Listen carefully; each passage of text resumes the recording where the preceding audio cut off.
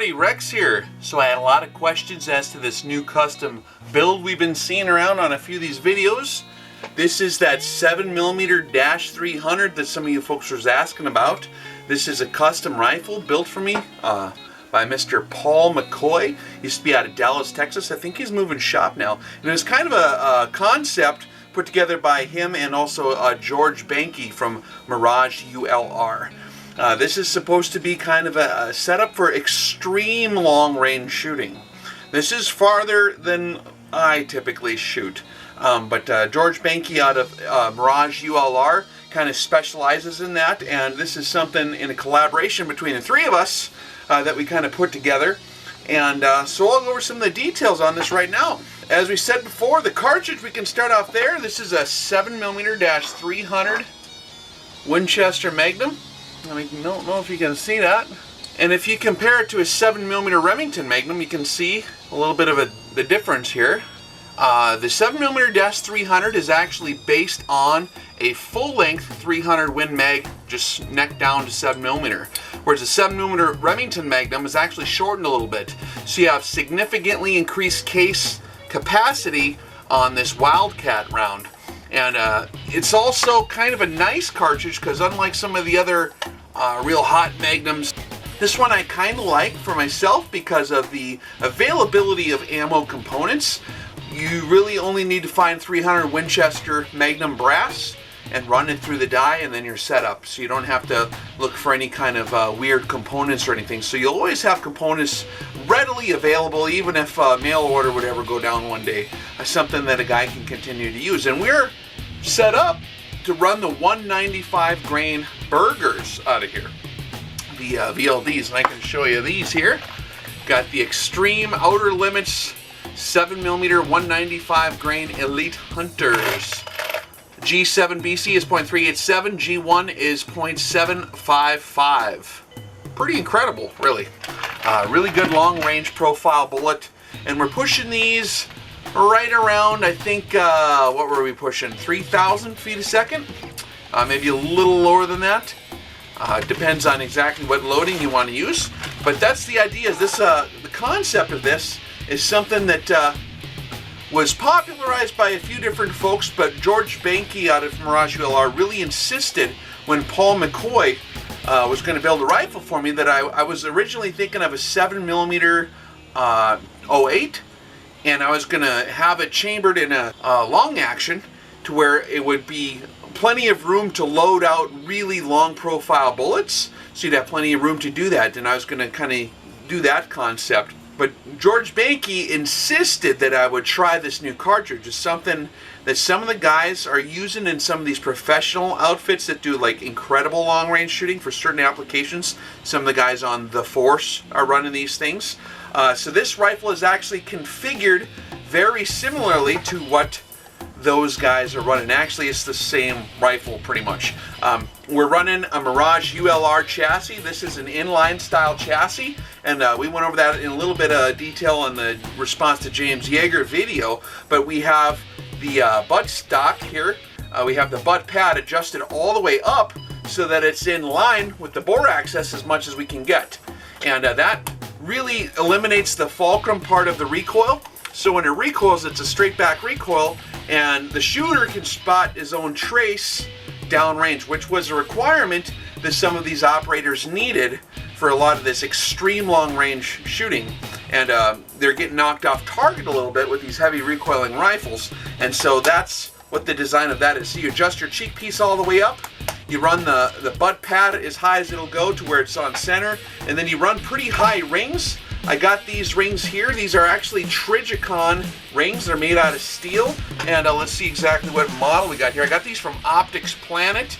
These are the 34mm Xtra Duty XX-High rings. And I got these from Optics Planet. They're the only place I could find these rings on. And they have a pretty good assortment of stuff there. And these, I liked them because they're not only high enough for my applications, and I had a hard time finding a good set of rings that was this high. And one of the reasons you know, folks don't like running their scopes high like this is because on standard zeroing conditions, when you're looking for a point blank range zero, like for deer hunting applications, and you're not going to be adjusting your fire on the scope, people like to keep that scope lower because then you don't have to worry as much about that mid-range trajectory, you know, before your zero point. A lot of guys would zero 1.5 inches high at 100. It'll kind of go up around, you know, 150, 200, and then it might come back down the target 220, 250 yards. There are a lot of different ways people zero their rifles like that. But for a tactical rifle, we're going to dial in your firing solutions. That's like not even an issue at all, because you start off at 100 meters, and then you just dial it in, custom firing solution for any given range. So that's not a factor on an application like that. And one thing to consider there. But these rings, I like them. They're wide in such a way to where, like, some of these rings that are real high profile like this are kind of skinny, and I'm talking like this way. And what happens is you don't got as much purchase on the scope base. We're running a one-piece IOR 20-minute tilt scope base here. It's steel, and the steel rings on there. You kind of want a wider purchase, in my opinion, especially on a high ring. It gives you just more stability. It has more purchase over a longer linear area here along the length of the bore this way. That way you have more stability from it doing this kind of business. So I do like a wide set of rings. Another set of rings, if you wanted to go aluminum, you could do like the Berger Extreme Tactical. I do like the ring designs with the 3 holes, you know, arranged in that pattern. It just gives you a lot more grabbing power and a lot more surety that it's going to stay kind of mounted on there properly. Stuff does rattle apart. Of course, you want to use some of the blue Loctite or whatever kind of Loctite you've had good luck with when mounting your scope and getting all your threads locked up here. This chassis is a pretty nice design, really, in a lot of ways. If you look here in the front, you'll see that you have kind of a shroud over the barrel.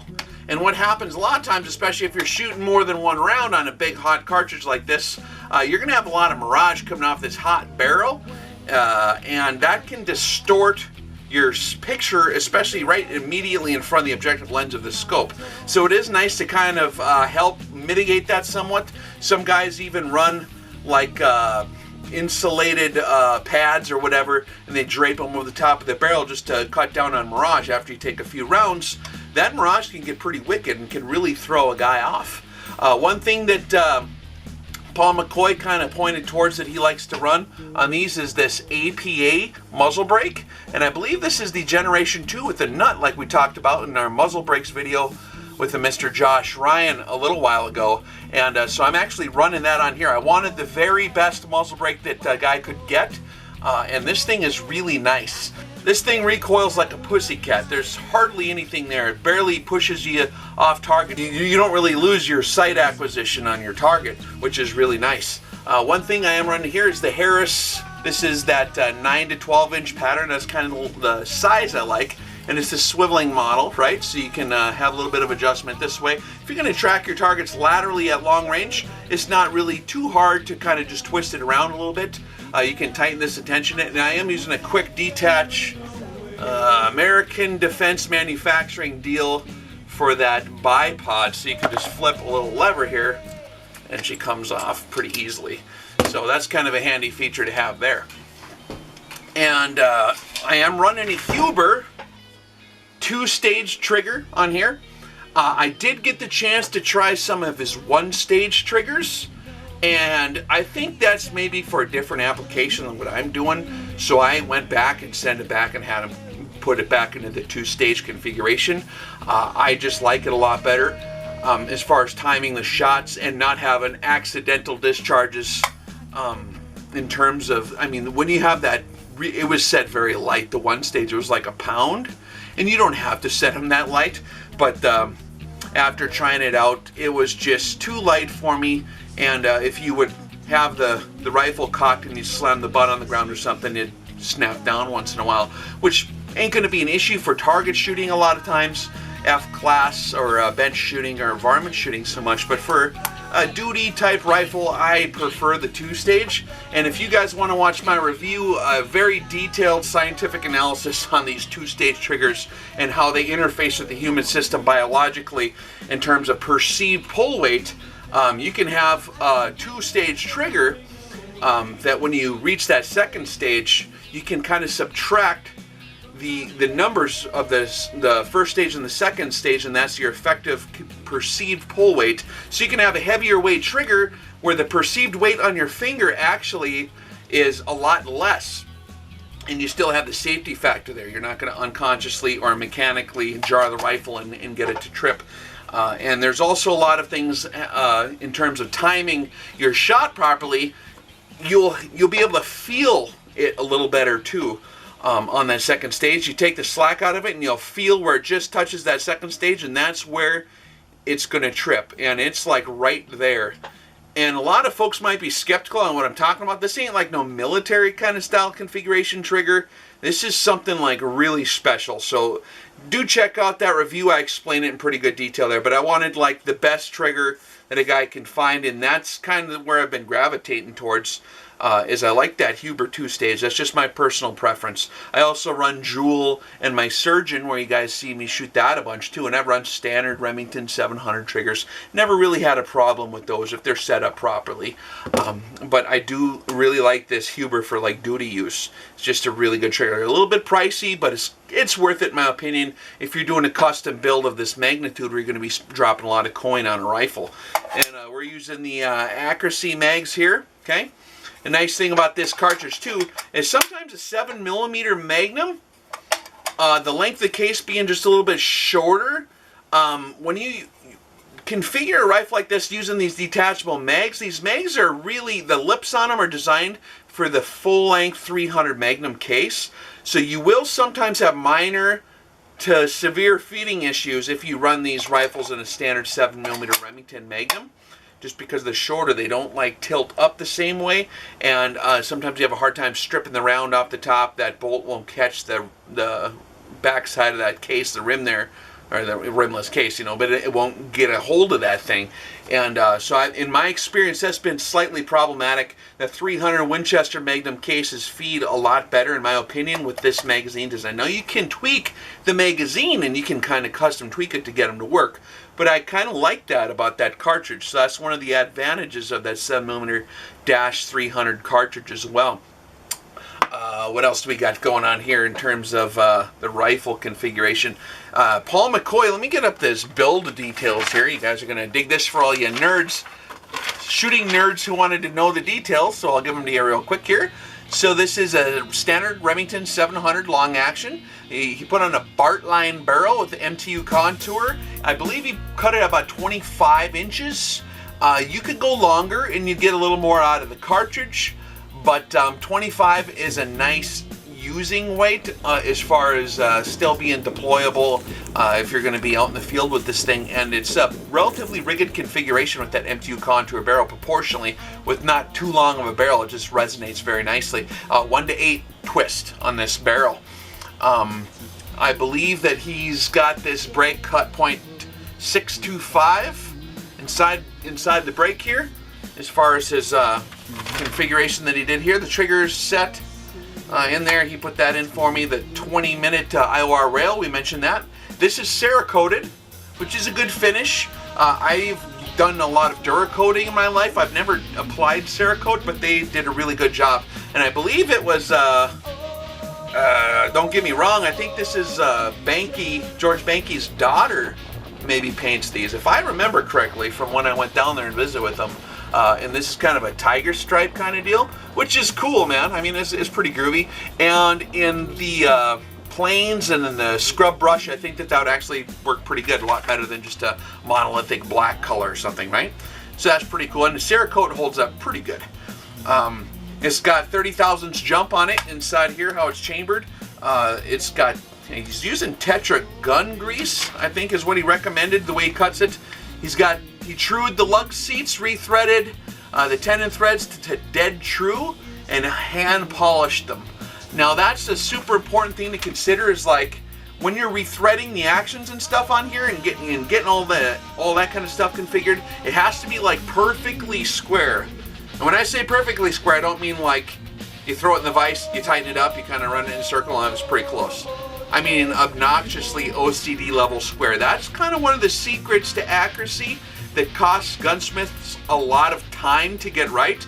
Like, it's not unheard of for a gunsmith who's really good to maybe take like a week to chamber a rifle, just getting everything perfectly threaded, everything perfectly squared and true, rechecking it, running the reamer in just a little bit, cleaning it off, lubing it, running it just a tiny bit more. It's obnoxious detail, but those are the details that you kind of pay for when you go to like a premium grade gunsmith, is they'll take the time to make sure everything is like as perfect as possible.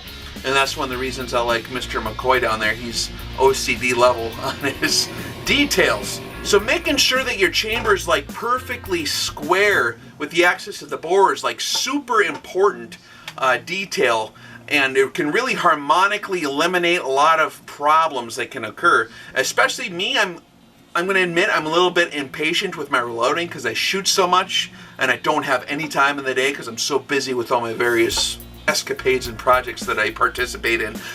So I could be a lot more OCD when I do my reloading. So I don't like do a lot of the indexing on these bullets to make sure they're like exactly perfect like a lot of your match shooters will do. But I still do get incredible accuracy because I insist that my chambers are cut squarely. And if you think about it, if your chamber's a little bit off of dead true, and you have a cartridge where the bullet's not seated in there perfectly, if it aligns itself one way, it's going to be exacerbating the level of, you know, the yaw on your bullet as it flies out and goes into your rifling there, and that's going to be problematic. Whereas if you have it indexed a different way, now all of a sudden your angle of attack, if you want to call it that bullet entering them the bore there is going to be like radically different. So just eliminating the variable in the chamber cut is like very helpful. So it gives you a heck of a lot of forgiveness in your ammunition selection, and it's not uncommon to be able to run various kinds of ammo, different brands and different loadings and different bullets.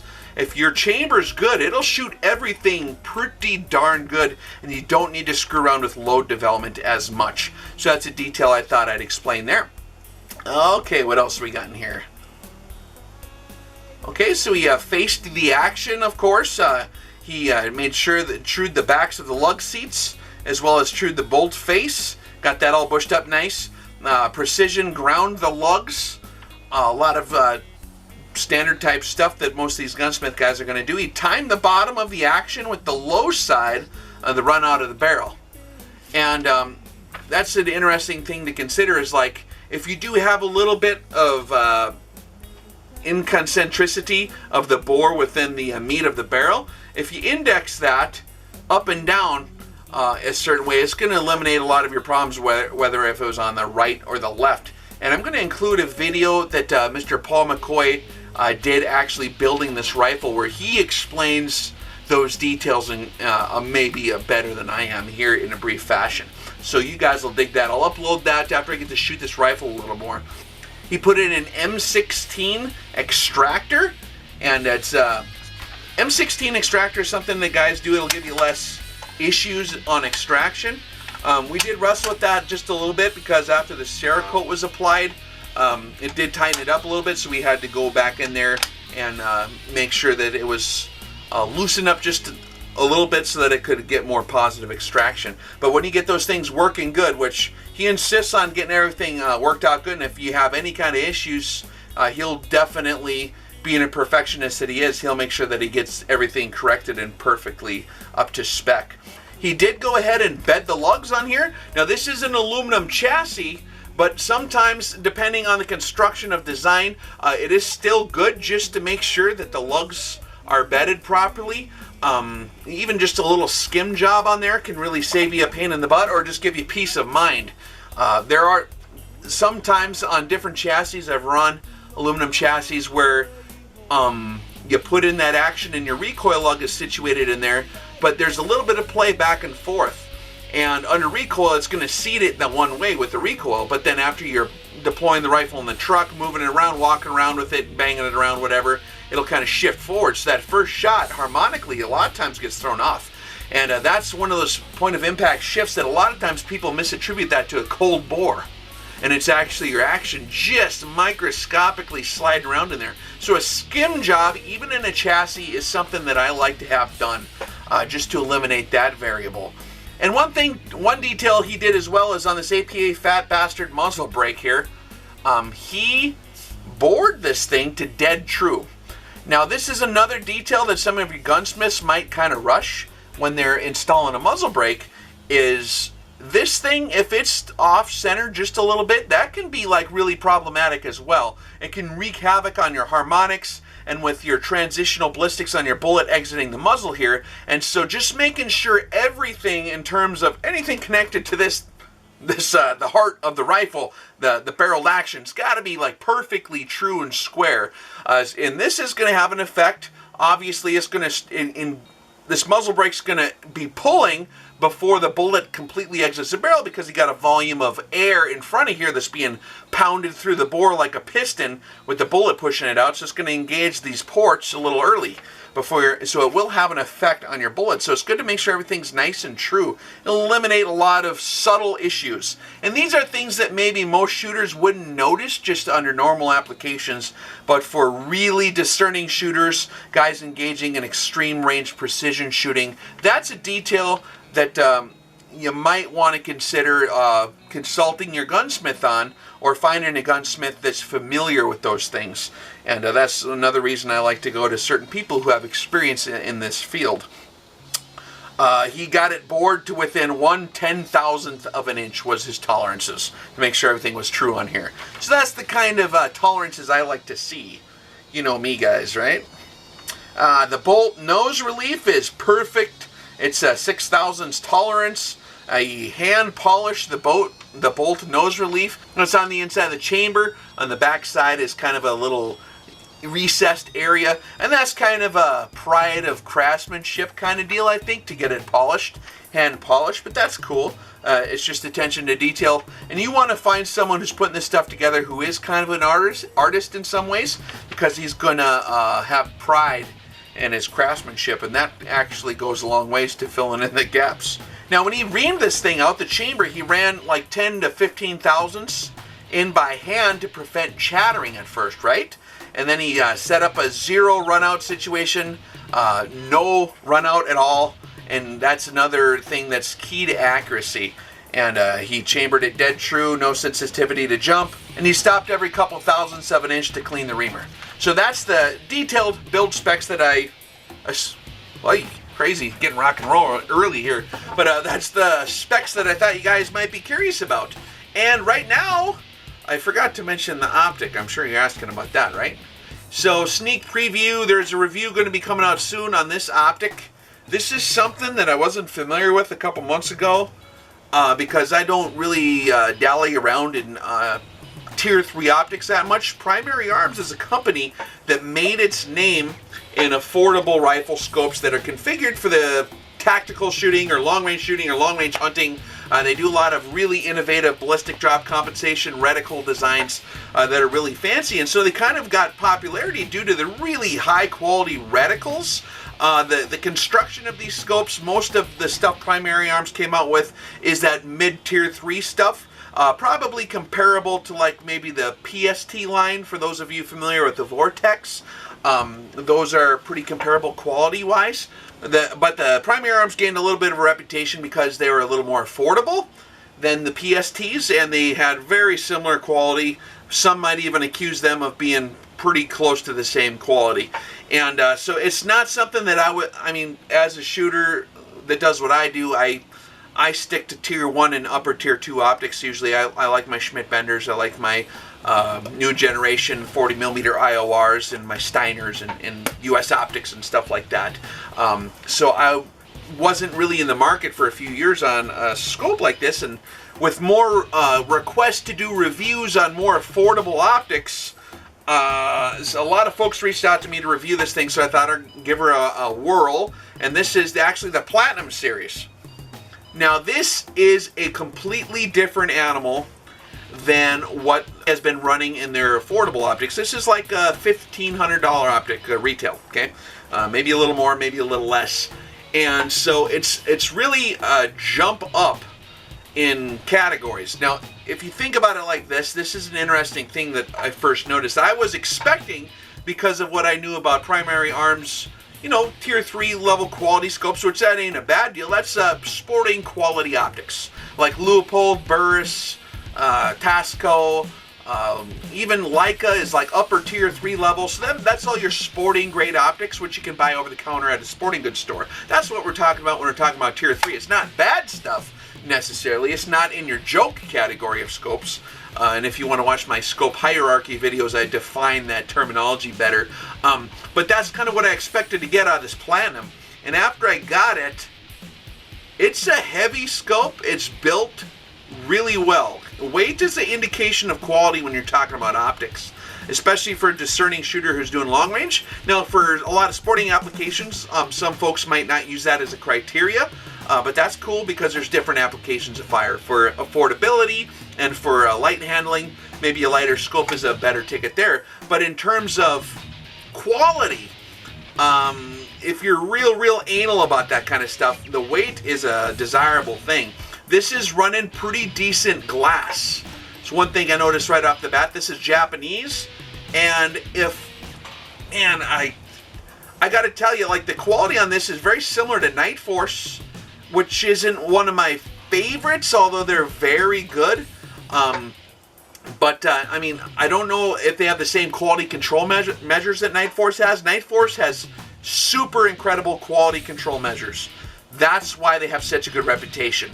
They have very good build quality as well. But in terms of observable build quality, just by clicking on the turrets and by looking through it and adjusting the power and playing with the parallax, and by taking these turrets apart, even when I looked at that, when I was zeroing this and slipping the scales back to 0, this is put together and machined very nicely. It's a very refined optic.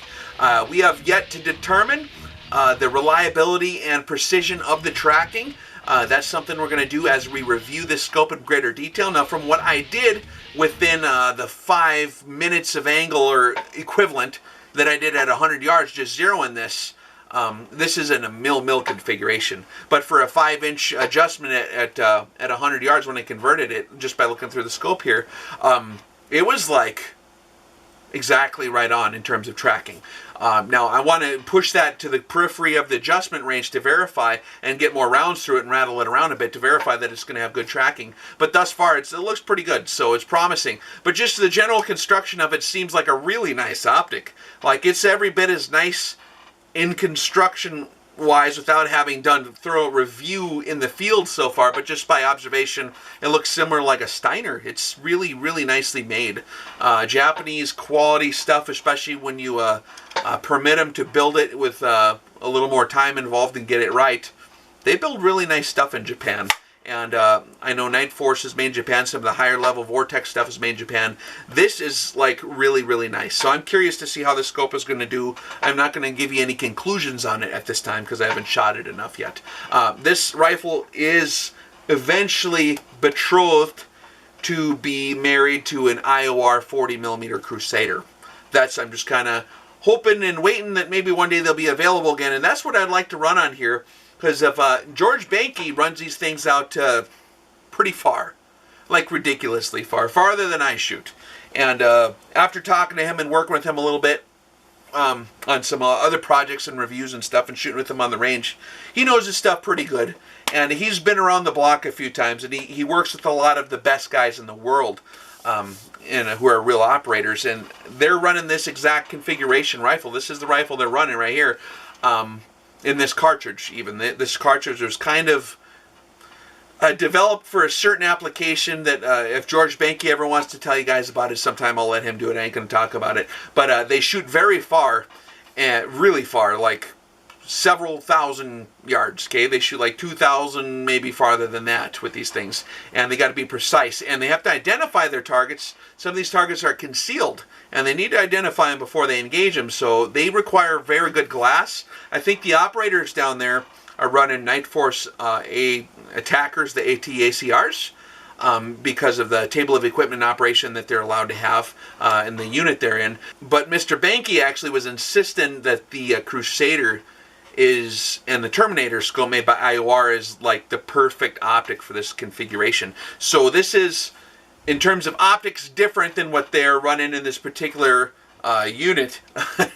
But so I'm curious to see how it's going to work with this thing here. So this will be a good platform. I know this rifle puts them all in the same hole.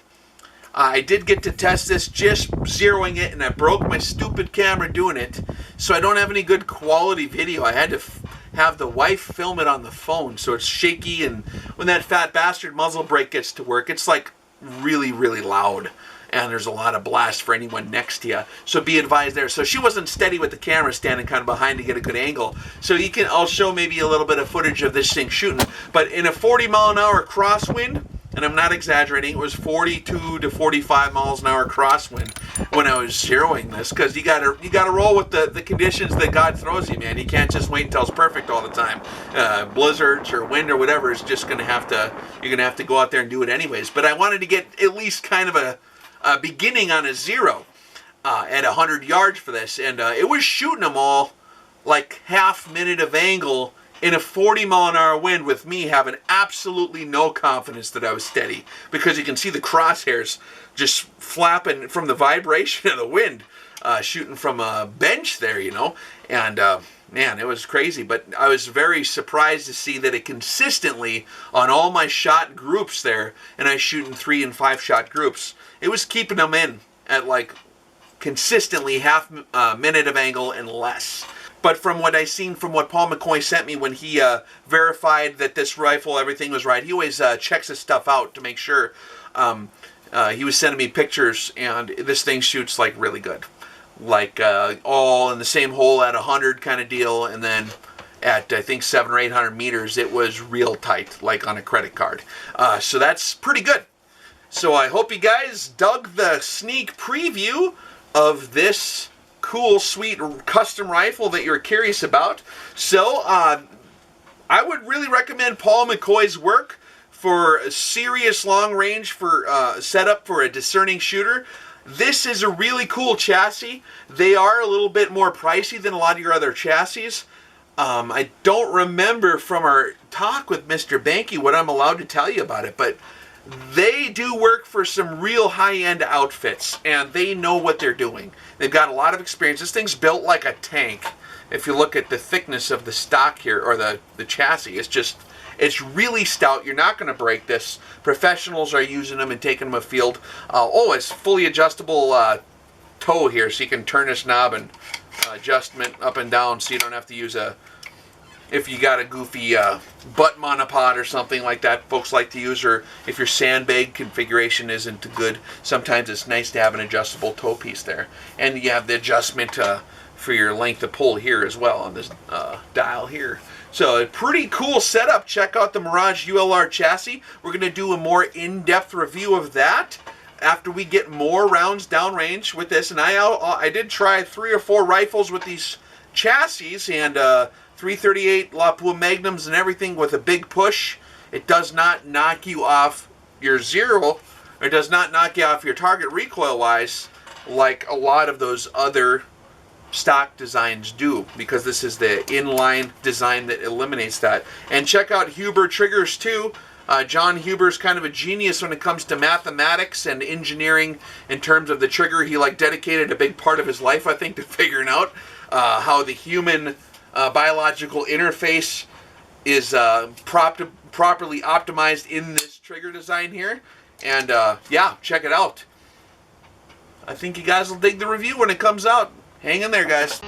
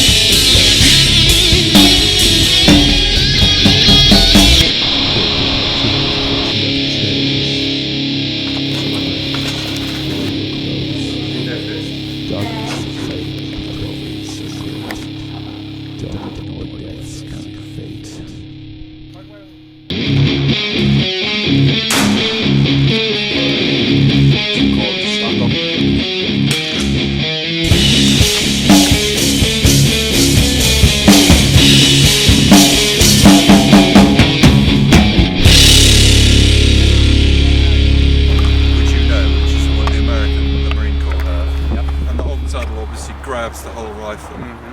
We were firing a 50 cal off that, and it was